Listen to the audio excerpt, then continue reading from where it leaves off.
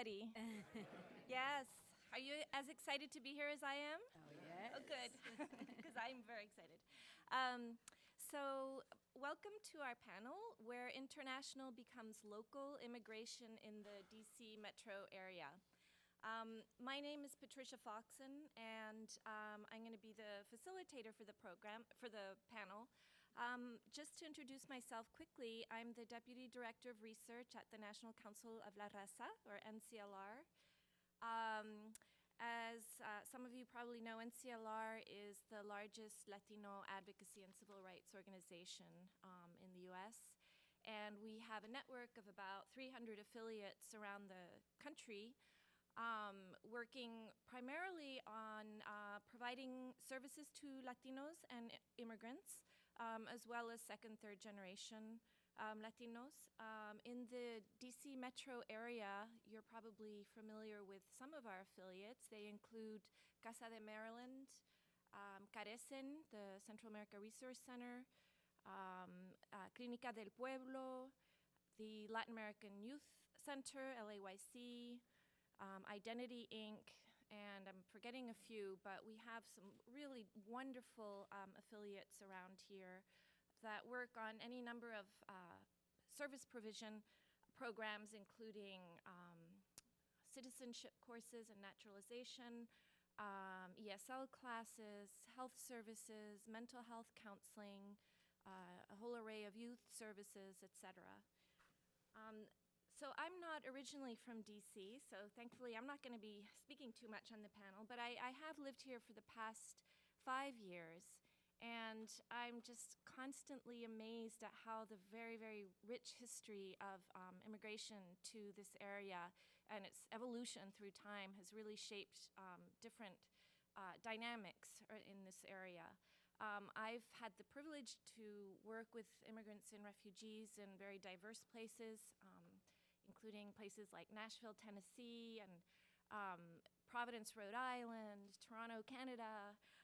And I'm always so excited by the ways in which very particular immigrant flows and mixtures of different immigrant and refugee populations come to shape the character of particular urban centers and suburban centers, and also the way in which very particular localities come to shape immigrant experiences. And so that dynamic to me is always fascinating, and I think here in the metro area it's particularly interesting. So to talk about the DC metro area today, we're lucky to have with us our 3 panelists who will be discussing the different groups that have come here in the different waves, and how immigration has impacted the DC area. So without further ado, I'll introduce our 3 speakers. To save time, I won't read their full bios. You can find them in the program. And we've asked each presenter to make a shortish presentation, less than 10 minutes, on the topic. And then we'll follow up with a conversation among the panelists with a few questions that I've prepared, and then we'll do some Q&A for about 15 to 20 minutes. So I'll introduce all 3 of you right now. Our first speaker is Mwiza Munthali, who is the Public Outreach Director for TransAfrica. Our second speaker is Heran Sereke-Brhan, Yes. Deputy Director of the Office on African Affairs at the Office of Mayor Vincent C. Gray. And our third speaker is Kristian Ramos, Public Relations Officer at the Office on Latino Affairs at the Executive Office of Mayor Gray. Would you like to go ahead? Good morning, Mwiza Munthali, as she said, at TransAfrica. My remarks will be very brief, and and I also want to identify myself as the host of Africa Now on WPFW 89.3 FM. Check us out on Wednesdays, 1 to 2. That's right. 1 to 2, Wednesday, 1 to 2. And also, if you're out of town, we're also online at WPFWFM.org. But I wanted to first talk about my personal journey because it mirrors the journey of the African community, the new African diaspora. And I think I wanted to also start people thinking in a broader context of the African diaspora, because not just looking at the immigrant community that's just come recently in the last 30, 40 years or so, but a broader looking at the historical relationship between Africa and the United States. and being that's why our show, for instance, when we talk about Africa now, we say covering and connecting issues facing the African world, because we're looking at the African world not just people who have come from the continent recently, but really historically in the United States with enslavement and being mindful of that connection.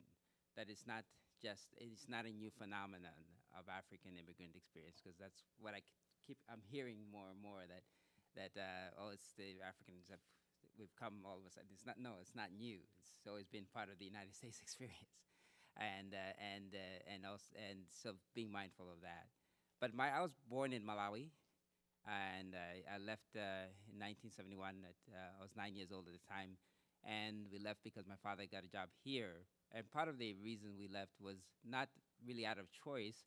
As you know, Malawi at that time had a dictatorship under Hastings Kamuzubanda, and my father was lucky enough to get a job here.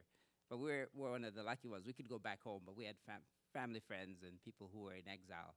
And at that time, we found that most of the people who were here from the recent African immigrants were mainly people who were going to school, or were working in international organizations like my father was, or working in the embassies. And very few people outside that community. It's changed a lot in the last 20 years, but at that time you really could identify who the African community were. And then in '75 we moved to Ghana. I lived there. I did all my high school there, and then came back in 1980, and I went to the University of Iowa, and then came back to Washington D.C. Started working.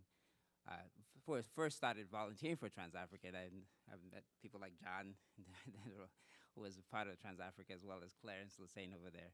Sorry for putting you out. And then I started volunteering during the anti-apartheid movement in '85, and started working in '86, and I've been at TransAfrica since then. And when you look at that movement, and you look at TransAfrica, even TransAfrica is an advocacy organization dedicated for global justice in the African world. Africa, again, not just Africa, the continent, but wherever people of Africa are. Africa, the Caribbean, Latin America, wherever people of African descent are. You can see strong correlation to the independence struggle in the continent, which is very much tied to looking at the connection with the civil rights movement here, or I would say the human rights movement. I think it's more the United States, which broadened the democracy in the United States in the '60s, which is very much tied to our development later on in 1977 when we were founded. And then again, it's also connected to the wide constituency, the bigger constituency at the time, people who were interacting with Africans, both here who were immigrants as well as people directly on the continent, because of, again, looking at how the politics was being shaped. You had people like Marion Barry and others who were very much connected to the African world, the African continent, and other members of Congress, whether you're talking about Ron Dellums, Walter Fauntroy, others. And that expanded our growth as well. It helped us become an institution in '77, because coming out of the Congressional Black Caucus move in '76. And I'm saying that just to put in the context of how we're formed, and also the connections, and some of the connections that people might not think about when they're talking about immigration policies and issues. And then, of course, in the '70s, you found the increase in population from people from Ethiopia, because of the revolution that took place in '74 in Ethiopia, which when Haile Selassie was overthrown, U.S. supported Haile Selassie, and the U.S. permitted more people from Ethiopia than any other. It's actually a very interesting relationship that never happened for any other African country, where you had there was an exception of bringing in a lot of people from Ethiopia, and that's why you have a lot of people from Ethiopia in Washington D.C., Atlanta, and other places. Actually, Washington has the highest Ethiopian community in the United States, about 60,000 or so, about 60,000 people, and that comes out of the policy during the Cold War, when U.S. was accepting people who they felt were their allies in refugees. So in the case of Africa, it was Ethiopia. And at that time, Ethiopia and Eritrea were one people, so now Ethiopian Eritreans. And then, of course, in Latin America, you have people from El Salvador because of the, that was a little different because the U.S. was supporting right-wing dictatorship. But the people from El Salvador still were coming here. But just putting the context of how international, and because we're capital of the United States, it's not an accident that we have explosive immigration as well. Because this is where the embassies are, one point. And it's interesting because before that, before the, I guess it's 60s, 70s, 80s, New York was seen as if you ask people outside the United States, they would think New York is the capital of the United States. Yeah, and that was, and even before I came to the United States, you thought of New York. But Washington takes on a different role in the late 60s, early 70s, particularly in the 80s, where it becomes an international city of note. And even you see that also looking at how the news before the 80s. If you look at network TV, all of it was based in New York. And then you start having ABC and others having people like Max Robinson being based in Chicago, and then Peter Jennings and then you had a D.C. branch of just an anecdote, but it reflects of how this community changed. It no longer became just a town, a local town, becomes an international town because of the influx of different people. And also, our organization, we worked a lot on issues concerning Haitian refugees as well, and in the 80s, and as well as in the 90s when they're fleeing the dictatorship of Jean-Claude Duvalier and the military rule. But that's just the things to think about as we're talking about immigration and the changes in Washington, D.C., and how the role of U.S. policy plays in people migrating here. And we can't dismiss that, and I think you've been listening, some of you have been listening to the NPR recently about how the children who've been fleeing Central America, that has a direct connection to the U.S. policy of the 80s, where they funded the wars in Central America. And then people came here and became members of the gangs, and then they were sent back to Latin America, and it created this problem for children to flee their countries. So I think as we're looking at the role of immigration in making this city international, we should also make sure we understand the foreign policy aspect of it. That is very much directly connected to U.S. foreign policy. That it's not an accident that the D.C. is become the international city, because really the first foreign policy act the U.S. had was immigration. So it's not, and I think we're so reframing our mind that it's not a new thing, a new phenomenon. That's just been part of the way this society was created, and in general, the world has always had immigration. There's always been movement, whether you're talking about the African continent, the Latin American continent. It's just there's always been movement. It's shocking that people are always concerned about people moving, and where it's just a part of a natural phenomenon. And those are just my brief comments, and I hope we can have a further discussions. Thank you, Mwiza.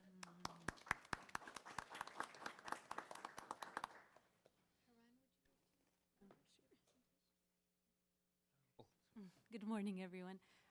My name is Heran Sereke-Brhan. I work at the Office on African Affairs. The Mayor's Office on African Affairs liaises very directly with the African community in DC.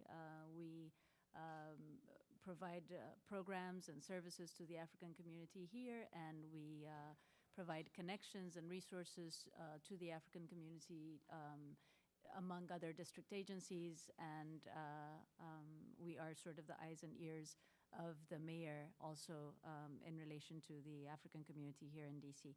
I have a short presentation that has to do mostly with demographic numbers to give you a sense of, sort of the number of folks and the diversity, linguistic and ethnic diversity of Africans in DC. So I'm going to ask Mwiza's help. Maybe the next slide, please. Just a brief outline. I'm placing, as Mwiza has done in the advocacy and sort of foreign policy frame, I'm placing the African story in, as it appears in the demographics anyway, as a number amongst the foreign-born population in the U.S. So I'll say a few words about the foreign-born population in the U.S., and then the national kind of profile of Africans in the U.S., and then where and sort of the settlement patterns of African foreign-borns in major U.S. cities, and then I'll say a few words about D.C. African residents.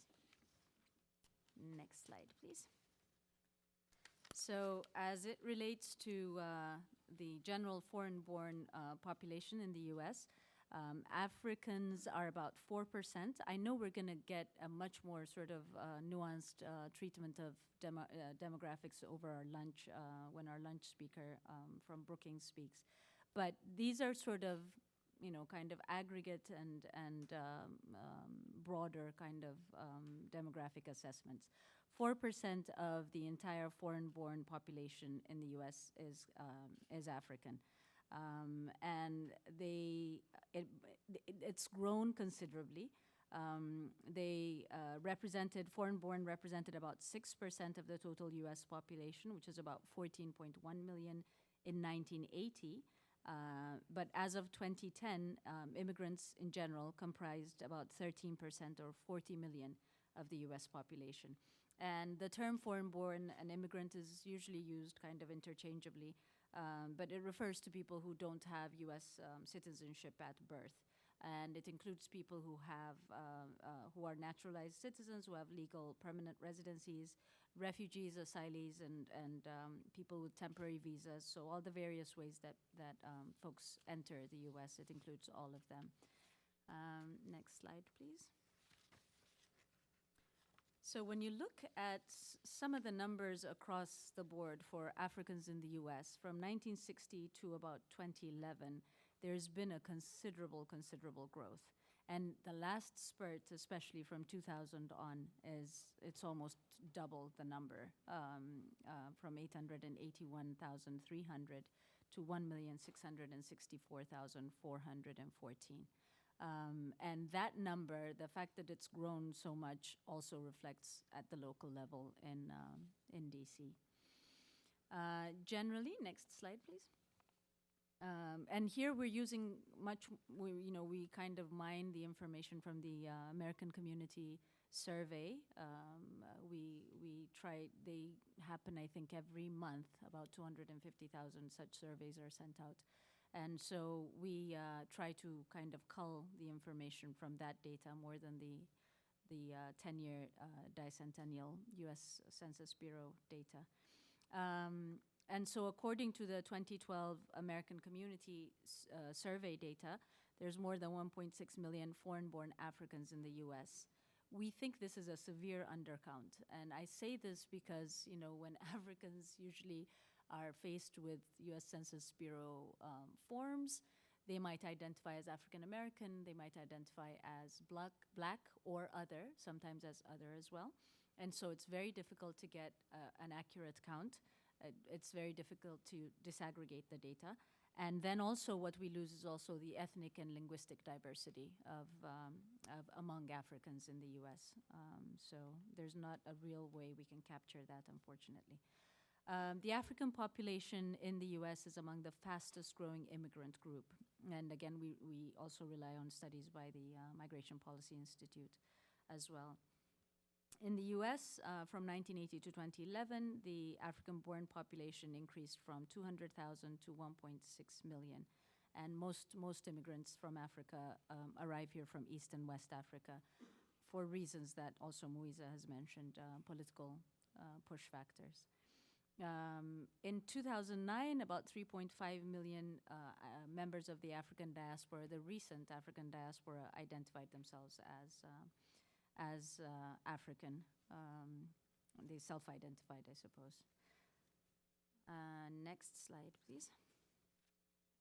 So when you see it graphically represented like this, you can really kind of see the jump, what happens after 2000, in the decade or so after 2000. In 2000, the numbers were 881,300, and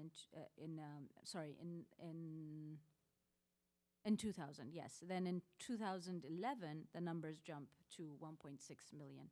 So considerable growth. Generally, next slide, please. When we look at immigration trends, foreign-born Africans, they come into the country various ways. Some come through family-sponsored visa situations.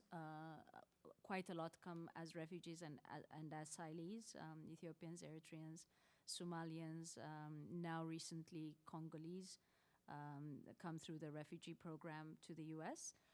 A few come through the diversity lottery program, and then a few are here as employment opportunities open up and they get visas for employment. This breakdown is important because it also kind of defines how they enter the labor force and what kinds of skills they bring to bear. Interestingly, a lot of African immigrants do become US citizens fairly quickly. Nearly half are already naturalized citizens. Next slide, please. Here we have a breakdown of sort of the cities that Africans have settled in the US. New York registers as the top city with 202,271. But you see Washington is fairly large as well, 148,289, Washington Metropolitan, D.C., Virginia, and Maryland. And then the next largest, there's quite a drop there with Minneapolis and St. Paul with 53,787. And then the various cities in between, Columbus, Ohio registers as sort of the minimum number of Africans that live there, 25,181. Again, visually, if you guys have visited any of these states, visually it looks like there are more people there, but the numbers don't quite reflect that. Next slide, please. Does that include undocumented? It does. It does include undocumented, yes. Some general characteristics of the newly arrived Africans of the last 20, 30, 40 years. They are younger, they are better educated, and paradoxically, they are poorer than other immigrant groups. They are in the working age between 18 and 64 years of age. About 84% of them are in that range of ages, working age Africans. And I'll say a bit more, maybe the next slide, Mwiza. Their educational attainment is very high. Africans have very high educational attainment. And it also translates into a very high kind of participation in the labor force, but not necessarily high earnings. And, it's quite amazing. Over 41% in 2011, over 41% of Africans above 25 years of age had a bachelor degree, a college degree, which is it's much higher than the US statistics, the general US statistics, which is 28.5%. A lot of them are engaged in the labor force. They are engaged in the service sector, in various, some in professional sectors as well, but they do participate in the labor force. It's quite a high participation, 75%. And, of course, as many of you may have already noticed, traveling, taking taxi in DC or going into restaurants and so on, a lot of the Africans you might encounter have even PhD degrees, graduate degrees, advanced degrees, but severely underemployed. And that is a study that begs to be, researched, why that happens and how that happens. Next slide, please. So really quickly, the rest of this presentation is about African-born DC residents. In general, there is, the DC numbers reflect what's happening nationally. So the foreign-born African population here in DC is the fastest growing immigrant group as well. And here, the residents in the DMV area are increasing at about 30%. and demographers suspect that this is likely to continue and even maybe supersede the numbers for the Latin American community here in DC. Next slide, please. The origins of folks here in the DC area, sending countries, Ethiopia, for reasons that Mwiza mentioned earlier, it's not true nationally. Nationally, Nigerians are the largest represented group in the US. But here in DC, the Ethiopians are 38.1%. That's a very huge community here in DC, Maryland, Virginia, DMV area, followed by Nigeria, and then Eritrea, Sierra Leone, and Cameroon. The others have 2.4, 2.2, Morocco, Ghana, Egypt, and the other countries have lesser numbers of residents here in DC.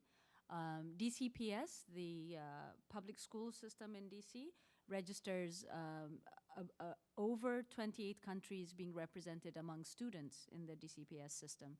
And then the largest groups there also are from Ethiopia, Nigeria, Cameroon, Central African Republic, Kenya, and Eritrea. And a broad variety of languages spoken, over 35 languages, African languages spoken in DCPS school system as well. Next slide, please. The number of Africans in Washington, D.C. has grown by about 11,000 in the last 5 years, and it accounts for about a third of the overall population growth in Washington, D.C. So we have about 17% or 16,000 residents of the District of Columbia are African-born. Again, we think this is a severe undercount and that the numbers don't really reflect the number of African residents who live in DC. And I say that to also say it has obvious policy implications. If folks aren't counted, then policy is not going to be addressing concerns and needs of that population. So it's a big problem. Next slide, please. And here we have, it's a pretty picture, a lot of dots that reflect the African-born population and where they've settled in DC. Mostly they've settled in wards 4, 5, and 1. Those are the larger numbers. And if we go one slide more, you'll have a sense of the African residents by country of birth and their distribution by ward. So Ethiopia, Nigeria, Cameroon, Sierra Leone, and where they have settled in DC. Next slide, please. And we see that in Ward 4, which is the highest concentration of African residents, there's about 3,000, a little over 3,500 residents. Ward 5, about 2,487, and in Ward 1, about 2,236 African residents, African broadly across the board. And then the next slide, please. The workforce profile of Africans here in DC, again, it reflects the national trend. They're among the most highly educated immigrants. This is also true of other immigrants in DC. They are among the highest educated in the country. About 42% had a bachelor's degree or higher. But again, paradoxically, about 18.2 of the Africans here in DC are employed in unskilled occupations. In Maryland, Maryland has the highest rates of unemployment for Africans, especially among those who've arrived recently to the US.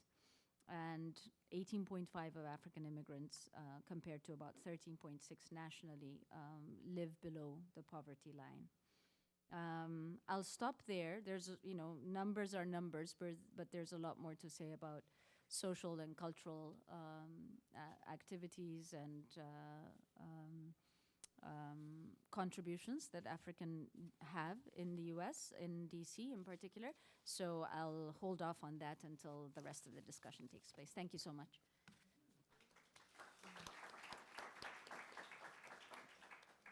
Heran. Kristian?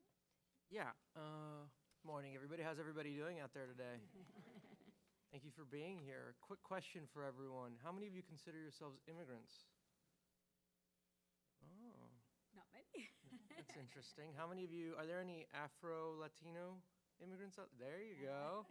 Yeah. So I just wanted to preface my remarks by saying I'm going to go macro and kind of dry and talk about what my office does, and then we're going to drill down into some of the nitty-gritty realities of the immigrant populations here in D.C. So first things first, this is very dry, so bear with me.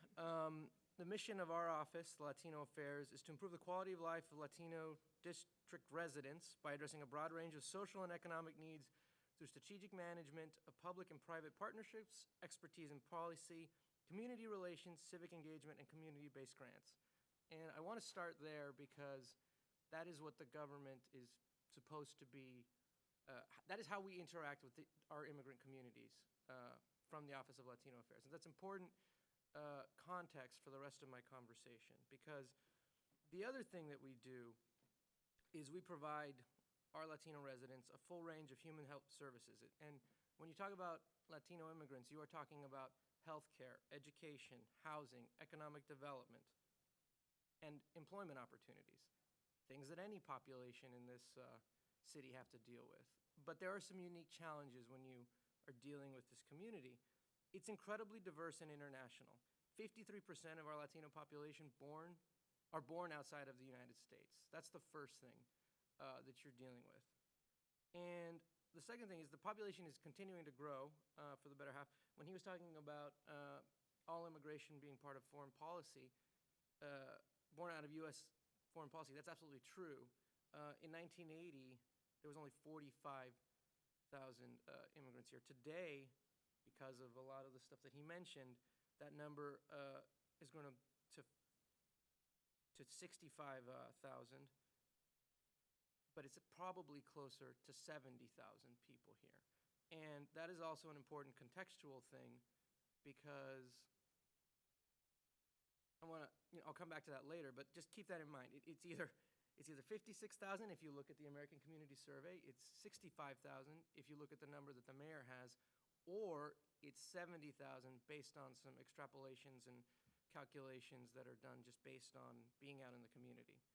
And now I'm going to go into the nitty-gritty in what I do. And it's important to view these comments in the context that our country's changing.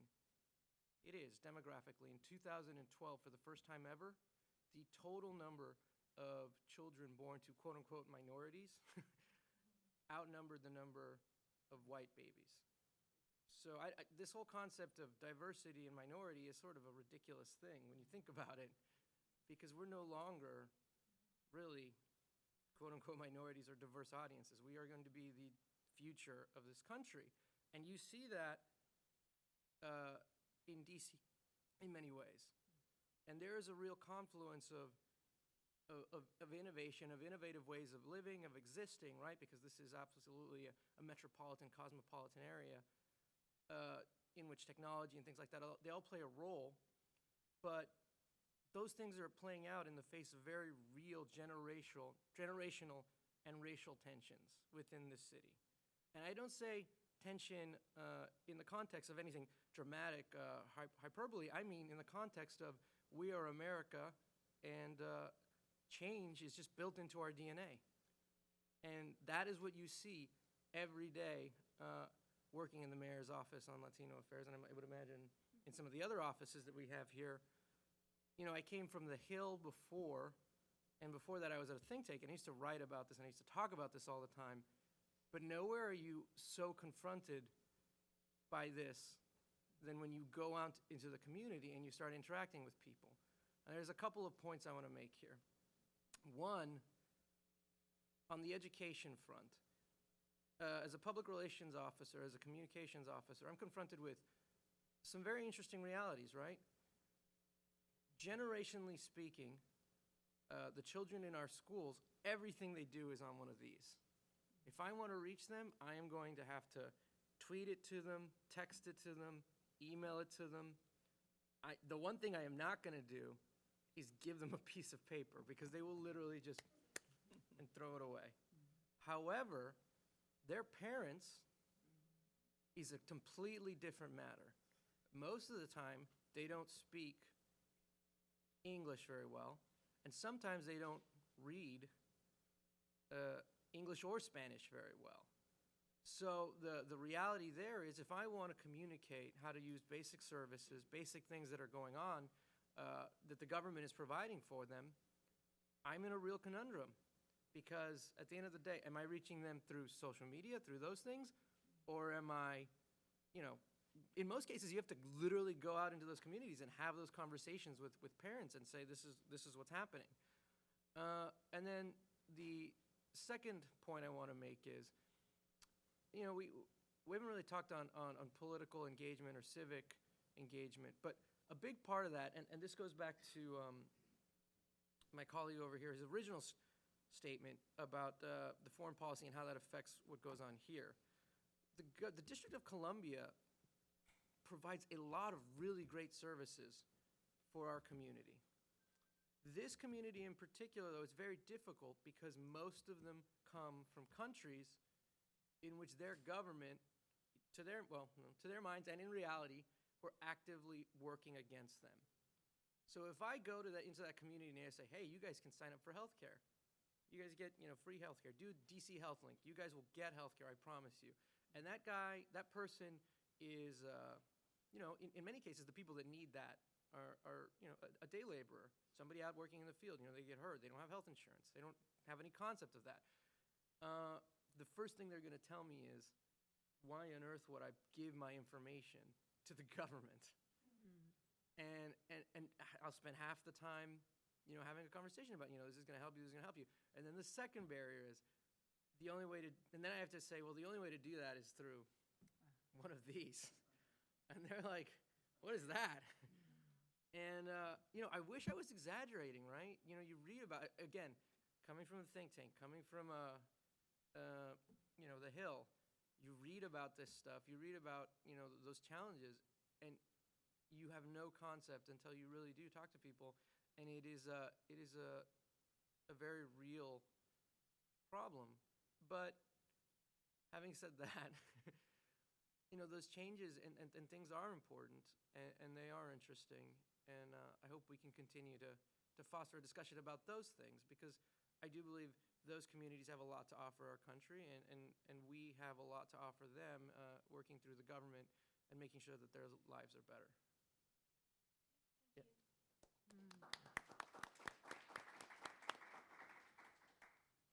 So thank you to all three.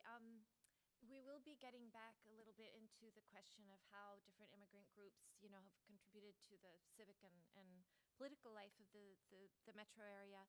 But I was wondering if I could first start out the discussion period by asking you talked a bit about the sort of histories and geographies of the main immigrant and refugee groups here. The demographics and the history. I was wondering if we could talk a bit more about the geographies. I'm always very fascinated here in the DC metro area with the fact that different immigrant groups are so dispersed into different areas, as opposed to some other cities where you get, large populations living in very sort of confined areas. And I also know that there's been a history of sort of movement, with the Salvadoran population, and I don't know about different African immigrant groups, but maybe you could talk a little bit about that geography and how it affects interactions between different immigrant groups. You're saying compared to like a place like New York, I guess. Yeah. Where you have, I guess because it's the time they immigrated was different. I think that's just my analysis, looking at when the big immigration population, like the Italian community or Spanish, they all congregate in certain areas, and they came as blocks as well. That might be part of it. But it's also I think it's the timing. I'm not sure, maybe the people at DC, the historical timing reference point, because we're looking at it before most people went to New York, and you congregate where your families are. And I think also part of it in the African community is a bit complicated. You have people who, as I said before, people came in, she was talking about the education level. So you had people, a lot of people lived in the suburbs before. They were not necessarily in Washington, D.C. Proper. And so, and they were not that many, so they were in different places. So that's another part. That's another thing that affected geography. There is some sense of geographical. I think they're actually getting more concentrated now compared to the past because the numbers are getting bigger. Before there were fewer, so you had, with the exception of the Ethiopian community, that was a big exception, where you had congregations in like in Adams Morgan area, and that area, and a little bit Mount Pleasant, but a lot of it in Adams Morgan before going to Alexandria is now the big center, and then Silver Spring is becoming another big center as well. But before, I remember in the 70s, we were and again, let's say the new African community, because the old African community is all over D.C., which is the people who were enslaved, and we didn't come out of choice here. But so that population was smaller in the 60s, 70s, and just exploded starting the 80s, and that's why it was so diverse, and with the exception of the Ethiopian community. But now you're seeing more concentration, like in Hyattsville area. You have a lot of Nigerian community, business community, Ghanaians and Cameroonians. I don't know if I said that right. Excuse me. I think a lot has to do, as Mwiza said, with the patterns that where the original families come and other family members join them. That's a part of the story. The other part of the story is also the fact that DC itself lost a lot of population.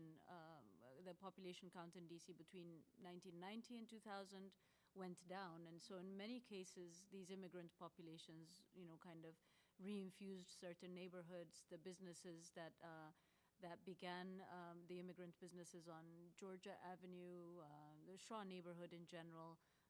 Most recently now, Adams Morgan in between for the Ethiopian community, but 9th and U Street. A lot of the immigrant businesses kind of revived these historically, very vibrant neighborhoods that had lost populations over the decades, and so that's a part of the story as well. Yeah. Well, part of I should have looped back to this in my opening remarks, but when I went through that sort of 56 to 65 to 70, the real tricky part with that is I go back to sort of this distrust of the government.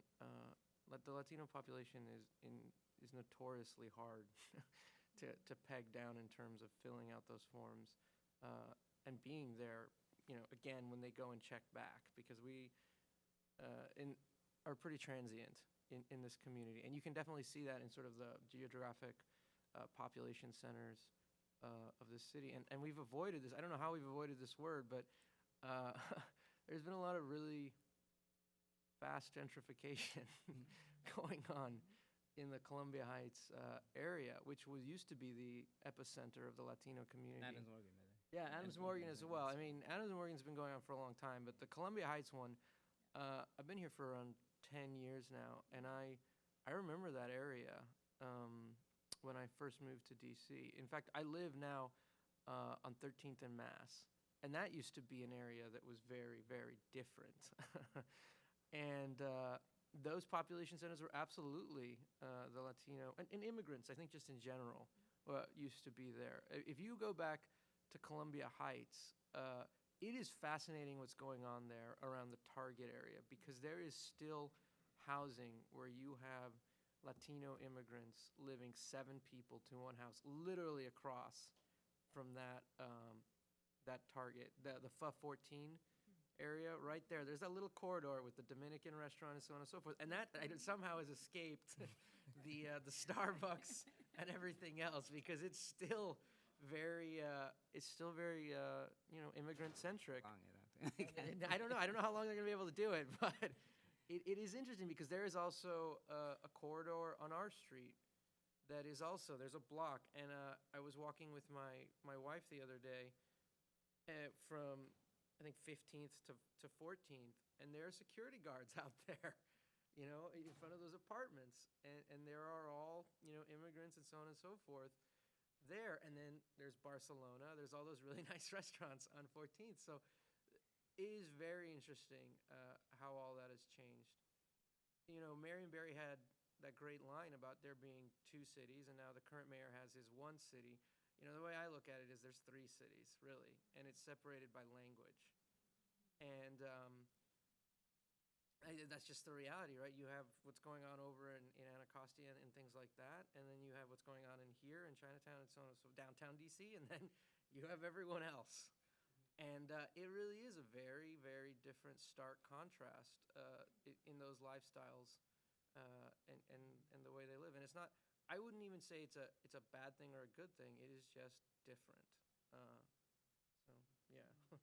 And then you have the whole context of people who were living in Columbia Heights moving out to Langley Park in the suburbs, which is a whole.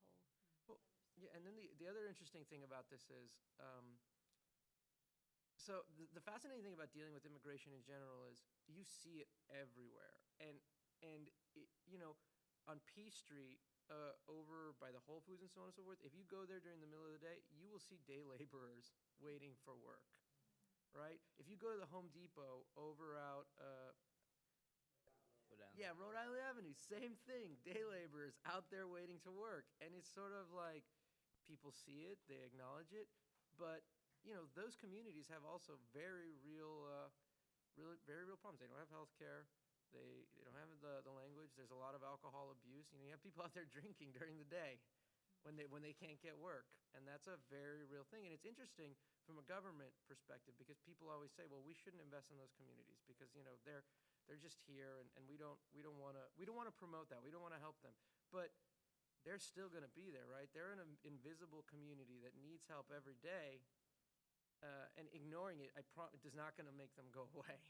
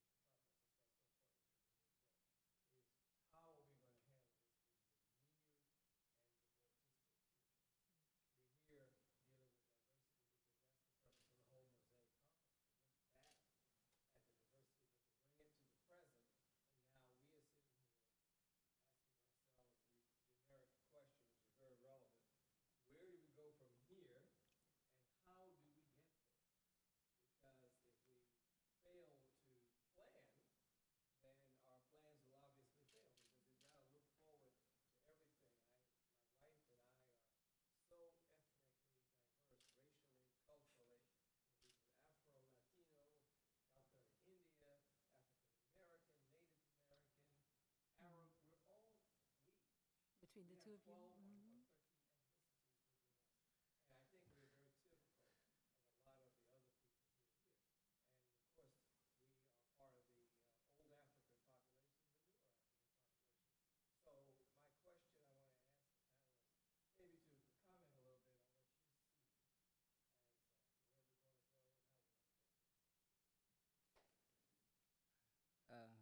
I think the U.S. should just become more part of the world.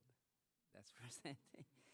And when I say that, I mean that they need to understand that they're a multi-ethnic society and deal with it in various stages of that, which means in your school systems, you have to start looking at the curriculum, changing that aspect, becoming multilingual. Most of the world is multilingual. And accepting that reality and saying that, and which is kind of funny because the U.S. is a nation of immigrants, which is always troubled me is that the government doesn't live to what they are, and as a result, fiddle down to the rest of the population. So that they have to really, it has to really be a national, really reconstructing what they should be. That they're just an international global country, a microcosm of the world, and deal with it on a daily basis in your school systems, which means your geography lesson. When I was in school, elementary school, you can't talk about Africa in a day. So I mean, it's not. and then also not, and then talk about it as if it's never been part of your history. And then not talk about Latin experience as if it's never been part of your history. I mean, Los Angeles is a Spanish word, so it's not. So I don't. So there's this schizophrenic. So I think, and as you saw that, just to get the point, as you're planning for the future, dealing with that, and then also looking at how, even if you look at the economic development, the reason why U.S. always survives some shocks is because of immigration, unlike other countries. Because every certain periods, there's an infusion of new ideas, new businesses. Western Union would have been out of business if there wasn't immigration, because of the money sent. Because nobody was sending telegrams anymore. So because we look at immigration as if it's an abstract thing, as if it's nothing fundamental in our daily lives, but it's very much part of what's happening in the USA, and coming to terms with that, and that's how you could deal with it, instead as if it's not something from Mars. It's your daily experience. Even if you look at Safeway, I go to Safeway now, I find yuca, plantain, and it's all that. That's all because of immigration. And so I think fundamentally dealing it, looking at your society and planning it through. But anyway, that's my thought. Yeah, I was just going to say one way to get at that question of the future is to look at some of what's working now in terms of immigrant integration. So that was one of the questions I wanted to pose to you, whether you're thinking of, community-based organizations, businesses, education, religious organizations, any of those things that you might want to touch on that have really worked towards integrating immigrants and bringing people together. So I think this may be counterintuitive for some people here, but political engagement is my answer to that. We exist in a society of systems. We exist in a society of, which has a pretty big government. And, whether it's your local government or your federal government, those systems are complex and big. And like any big, complex system, the only way you get its attention is by engaging and being a part of that process. And I never realized that quite as much as I did until I worked for a local government, right? People rail about the federal government and so on and so forth. Honestly, the only thing the federal government really does with your local government is give it money at the end of the day. They give it, or they do, or they don't give it money. Everything else is in statutes and laws and so on and so forth. Once your local government gets money, if you are able to organize in a political fashion and get people in that care about the stuff that you care about, you're going to get longer than an hour African American studies in your class. You're going to get those things on the school board level. And it's so interesting because everyone in this country loves the story of David and Goliath, except in politics. We are all the Davids in this room, right? Goliath is the system. All you have to do is take those steps forward to engage that. And you get enough people to believe in you, believe in whatever it is you're doing, you can change that process on the local level. But, that's lost, I feel like, on a lot of people. And it's important to be out in your community to explain it in that way, because the system is complex. It is scary. It is big. But it's like anything else. Once you understand the levers and the pulleys, you are able to engage. It is not a unachievable goal. I think part of the strength of diversity, of course, we can talk about that, the strength of, ethnic and linguistic diversity, cultural diversity, and what that brings to, the sort of the landscape locally and nationally. But I think that very diversity is also what works against us in some instances for political advocacy. I mean, I think it's difficult to bring people to a shared agenda and to, but even on that front, I think for Africans in DC, what we have noticed, for example, at the Office on African Affairs is a bit more visibility of Africans nationally for running for political offices, organizing, but also advocating at the local government level. Our office itself has been, in the last, I think, 2 years, there has been a coalition of African advocates who have kind of come together to push for some changes for the Office on African Affairs. And 2 years ago, that resulted in empowering the office to become a grant-making authority. So we now have $100,000 that we're able to provide to community-based organizations in a competitive kind of process. And then this year, again, the same group came together to advocate for a third full-time position in our office. We only have 2 full-time staff members, and that is now going to also happen in October. So change is happening. It is slow on some fronts, but it is fruitful so far anyway. So we have questions, please.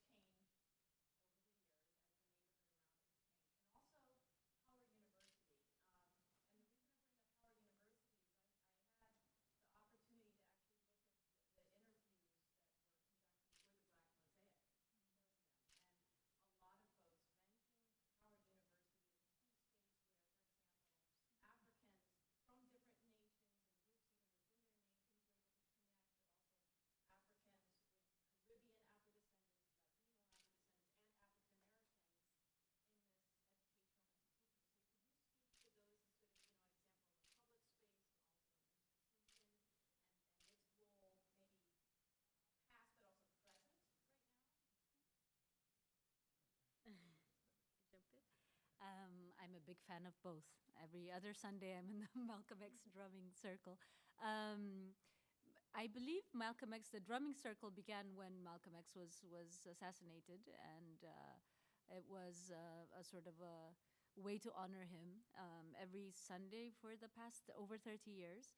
And visibly, you do see the changes, the community members who come out, but also the range of African and African diaspora individuals that come out. It's a very important communal space where there is cultural. It's not mitigated or kind of regulated in any way. It's a space where people interact and bring what they have, and I value it as a resident of D.C. and just a participant when I can go. That's a very important public space. Howard University.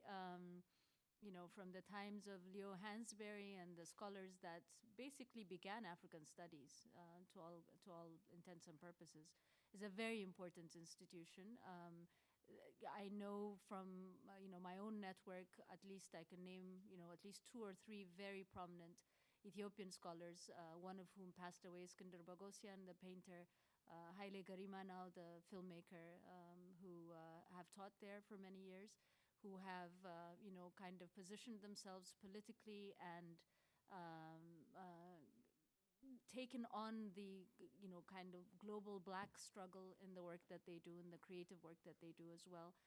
Those are the community builders. Those are the connections and the institutions that we value to bring it all in and make it, connect all the dots for us. So I'm really glad you brought both of those up. Well, thank you for bringing up Howard, especially because it doesn't get its credit for being an international player in the city. In the 60s, a lot of the liberation movement leaders went to Howard when they're trying to seek support from American community, or even if you're talking about the recent anti-apartheid movement, it was Howard was one of the center points in the community when we were organizing in the for the Free South Africa movement. So it's very critical, and of course Malcolm X Park is very critical for the arts, expanding people's mindset, framework about what African culture is, and not confining it to the African continent as well, but really connecting it. And I'm just pushing that a lot because I think I think when you talk about Africa, I think you have to expand one's horizons of not just the continent, but it's really the people. It's all of it, and it's very much part of the USA, which is always troubling to me when people always forget that Africa was very much part of the USA from the beginning. And I think we have to, and I think that was revived in the 60s with the people at Howard who were very involved, people like Kwame Ture, Stokely Carmichael, and others. Yeah.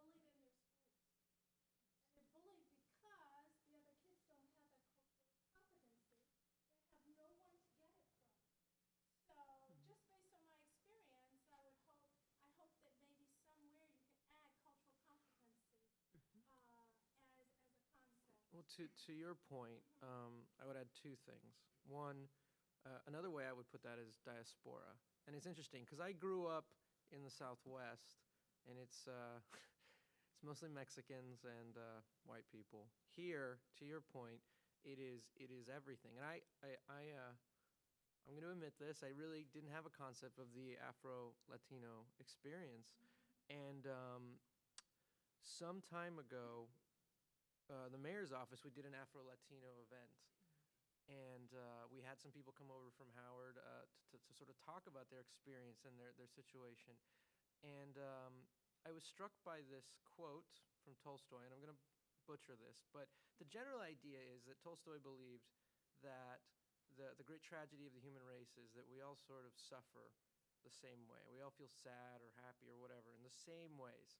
But for whatever reason, we think we don't. And that is the case with the Afro-Latino community in the context of the African experience or the American experience. Everybody gets sort of put into their box, and I will never forget the joy of some of the presenters who had been in the community for a long time. And you heard this in different shades in each of their speeches, which was, it is so amazing to be acknowledged as a community within this city. For the first time, some people 60 years old, some people very old, some people cried.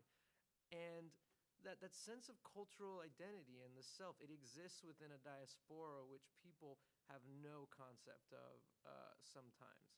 To your point, with children and things like that in school and so on and so forth. it is ironic because I do have to take it back to that Tolstoy quote. You know, we all think we're alone in whatever that is, but honestly, at the end of the day, you know, the most powerful thing of that conference was people just standing up and saying, I'm here, and it's so great to be acknowledged. And that doesn't happen, I don't think, enough in our community. We have time for a couple more questions. Go ahead, sir. I'm John Franklin. I was involved in training the researchers who went out into the community with the Black Study program. And I was a folk life at the time. We felt that folk life was a very good framework to have to engage the community.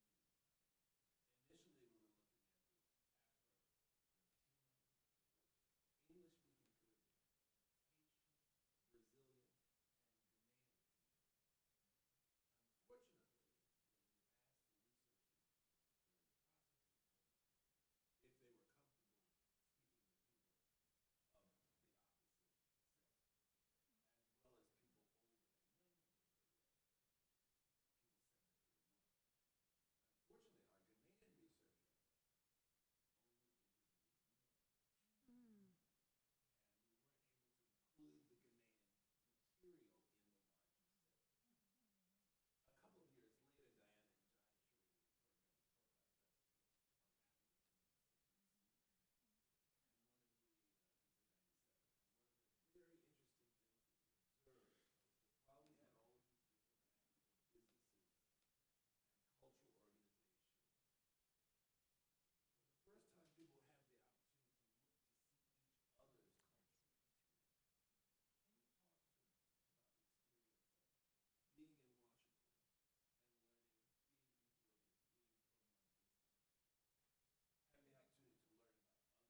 Can you talk to us about the experience of being in Washington and learning, being Ethiopian, being from Munthali, having the opportunity to learn about other cultural groups within your community? This is such a subject, so close to my heart. I lucked out in a very unusual way. I studied African history at Michigan State, and so all the graduate students were from other parts of Africa and the Caribbean and African American. We had a very close-knit community. So I came out of that graduate program expecting the world to be like that. And then I moved to Ethiopia for a few years and came to DC, and you realize that it's very few people from their communities that really branch out, that really kind of identify. Partly it's not knowing, but partly it's also we need to cultivate that pan-African, identity within us. I think it's an important, it all leads back to you in the end. When you see, that study was a seminal one because it had all these examples of naming ceremonies and religious activities and businesses and all the different ways. And the similarities are so obvious when you step back and look.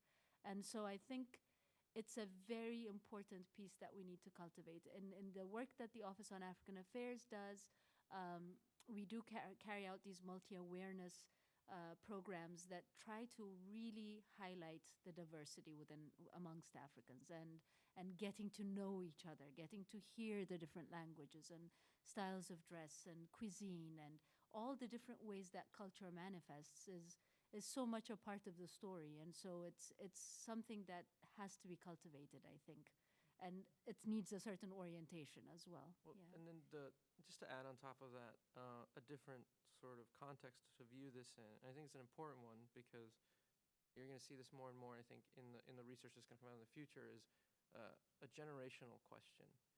I was talking to somebody at the Pew Research Center recently, and he told me, the interesting thing that's going to happen in these successive generations of the Latino community is I'm third.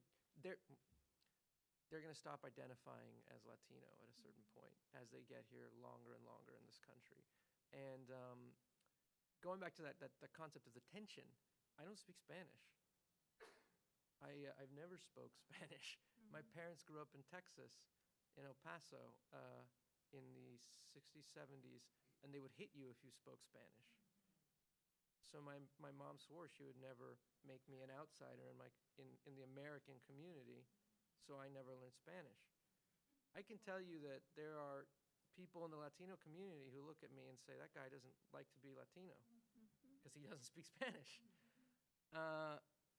You know, it is a generational thing. It is as you get further and further away. Does that make my experience in this country any less Latino? I don't know. Some people, yes. Some people would say yes. But, you know, I've devoted my life to being a part of that, to helping people in my community, so on and so forth. But there is always that tension. And it is very, very much connected to generational. You know, my grandparents and my grandfather was a mechanic. My other grandfather shoveled gravel in Texas. And my parents went to school. Neither of them have a master's. Neither of them have graduate degrees. I have a graduate degree. And it's different. It is a different thing, the world that I grew up in. And that's an important thing to sort of contextualize all of these conversations in. Yeah, if I could just quickly add to that, one of the things that we see a lot at NCLR and that we try to be very sensitive to is the fact that that question of identity and diversity within groups varies a lot from space to space. So if you're talking, if you're talking about customs and traditions and very deeply felt identities, then being very respectful of those different generational issues, but also the different Latino groups from different countries of origin, et cetera, is so important. But then when we're talking about advocacy and building movements, that sort of more Latino identity becomes really crucial because you're trying to build a unitary voice. So, I think that happens both at a national level as well as at a local level. Just wanted to just add Kristian to, what Kristian had just said about the language, and I think it transcends even the Latino community. Because when we came, if you spoke another language, you're really, at that time in the 70s, you were seen as an outcast. It's only the immigrants coming now have the luxury of constant communication with where they're coming from, and they can keep their language. And language also become more accepted. A second language in the USA has become more accepted now than before. But so a lot of us who came much earlier in the 70s, 60s, we can't speak dialect. I can, luckily I can because I came at an early age, but my siblings they have a difficult time with that. But and it was very much similar to what you went through. But luckily I also went to international school, so having people from different places was not really anything new to me as well. So. I think, sorry, we have room for one more question, one more quick question. So you, go ahead. My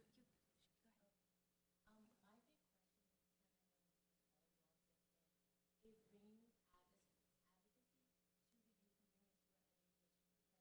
kind of what all you all just said, is bringing advocacy to the youth and bringing it to your education. Because I was raised, my best friend is Ethiopian, and then my family was identified as African American because everybody was born and raised in the youth. So in terms of ethnicity, we typically Black American. My big question is, even though I might have been fortunate enough, that friends were from other parts of Africa and different countries, bringing everyone together, there is a divide, and I feel that sometimes it's hard to stigma that is placed around, like, you were either Black Latino, or you were Black African, or you were Black American. Because I've had conversations with my friends who are Ethiopian, who people have told them, you are African American, but you are not Black. And it's like they are creating this divide because, like, they don't understand that there are shared experiences. Like, when you walk out, even though your family might be from certain parts of Africa, people still see you and you are still identified as Black. So you still have that experience along with your ethnicity. And the same goes for my friends who are Afro-Latino. It's like your race, your ethnicity, you are seen as two different things, even though it is different. And my question is, how can we teach our children? How can we show them that all of this is together? We do have Afro, we do have that relation that does connect us, even though there are many different forces that are trying to divide us. I think if you look at all the people who were very successful at achieving exactly what you're saying, it always came from not a place of race, and it never came from a place of personal whatever. It was always from a sense of justice for your community, for your friends, for your neighbors. Martin Luther King, Gandhi, whoever. Going back to the Tolstoy quote, I mean, that's really what it is, man. It is it is a sense of justice and what is good for everyone. And at the end of the day, acceptance, tolerance, peace. I mean, who can argue with that? I mean, not many people. Well, some can argue, but they're not here, luckily. So I wanted, I can hear that there's stuff going on outside, and I want to speak to that last question because I see that one of the next panels is called Unpacking Multiple Black Identities. So that looks like a good one for you. So thank you, everybody on the panel, and thank you for your great questions.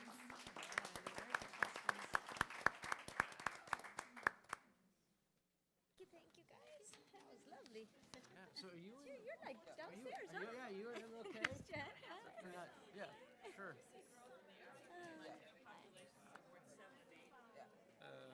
And then 7 and 8. that's how you